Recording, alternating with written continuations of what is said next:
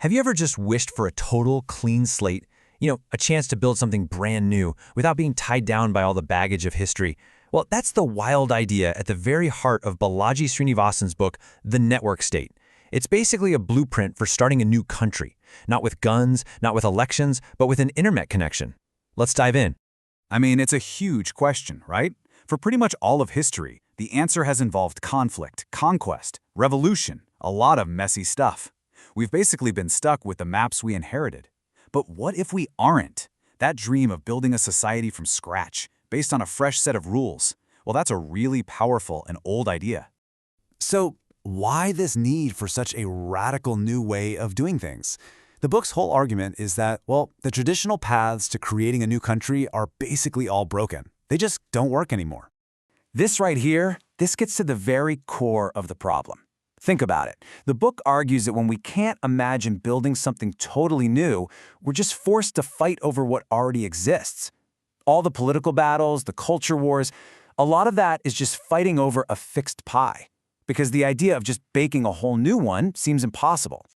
So the book kind of walks us through the old playbook, and honestly, none of the options look great.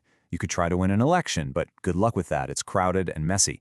You could try revolution or war, but those are obviously violent and incredibly destructive. Then you've got the more out there ideas. Micronations that nobody really takes seriously, seasteading, which is a cool idea but hasn't really scaled up, and colonizing space, which is still pretty much science fiction for now. The conclusion is pretty clear. All the old roads are blocked. And this, right here, brings us to the book's big, central idea. What if we've been looking at this whole problem completely backwards? What if you don't start with a piece of land on a map? What if you start with a community of people, online, in the cloud? And that is the seventh way, the network state.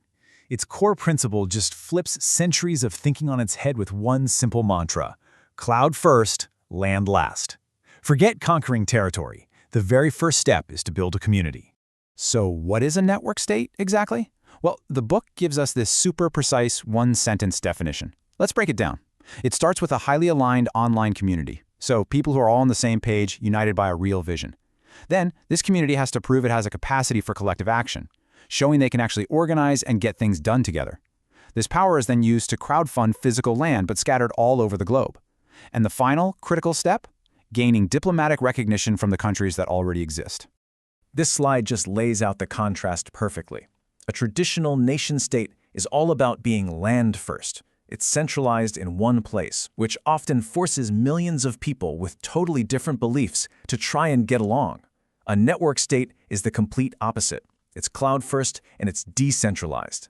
The citizens are ideologically aligned before they even get any territory, and they can be living anywhere in the world. The book uses this amazing analogy, the reverse diaspora.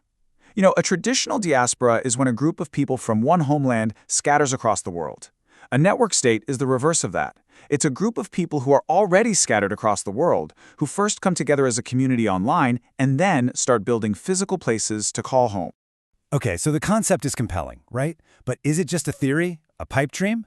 How would you actually build one of these things? Well, the book lays out a surprisingly practical 7-step blueprint to take an idea from a startup all the way to a state. Let's walk through this. It all starts with a startup society, basically a small online community with a really clear mission. Then that group gets organized into a network union to coordinate their actions. Now this next part is crucial. They build real-world trust through in-person meetups, and they start building their own internal economy, usually with crypto. From there, they start crowdfunding a network archipelago. Physical properties like apartments, houses, maybe even little neighborhoods scattered all over the world. But the real genius is step 6. They run an on-chain census. They use blockchain to create a public, verifiable record of their population, their collective income, and all the real estate they own. This isn't just some spreadsheet. It's cryptographically secure data that anyone can check but nobody can mess with. And that hard data becomes the whole basis for the final step, going out and seeking diplomatic recognition. Now, this is usually where the skepticism kicks in. I mean, how does an online community with a few pieces of property actually become a legitimate country in the eyes of the entire world? The book tackles this question head-on. Is this whole thing just a big game? A giant live-action role-playing game? A LARP? How does a network state prove that it's not just playing make-believe? The answer isn't a flag or a national anthem. It's cold, hard, undeniable data. And this is the answer, right here. A network state proves it's real with a public, real-time, and cryptographically verifiable dashboard. It would show you the exact population count, the collective annual income of all its citizens, and the total square meters of real estate it owns around the world. There's no faking it. The numbers are the proof. The strategy for getting recognized is basically ripped right from the Bitcoin playbook. For years, people dismissed Bitcoin, but once its market cap hit billions, then hundreds of billions of dollars, the world had no choice but to take it seriously. It achieved undeniable numerical success, and then societal recognition followed. The network state aims to do the exact same thing, grow its population, its economy, and its territory so large that it becomes impossible to ignore. But is that kind of scale even realistic? I mean, a whole new country. Well, get this. A majority of the countries in the world are actually pretty small. A full 55% of all UN-recognized nations have fewer than 10 million people. This chart really drives that point home. You've got 105 countries with fewer than 10 million citizens. In the internet age, where a single YouTuber can have millions of followers and platforms have billions of users, building a dedicated community of a few million people isn't some impossible geopolitical challenge. It's basically a solvable tech problem. So, what does this all mean in the long run? If this idea actually works, it could fundamentally change everything we think we know about geography, community, and the very idea of a state. This is the huge paradigm shift.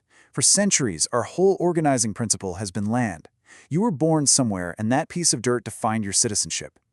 The network state completely flips that script.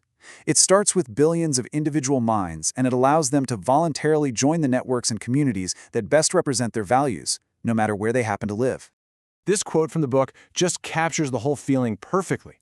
It's describing a new kind of patriotism, one that isn't tied to a single patch of soil, but to a shared idea and a common purpose, all connected through the cloud.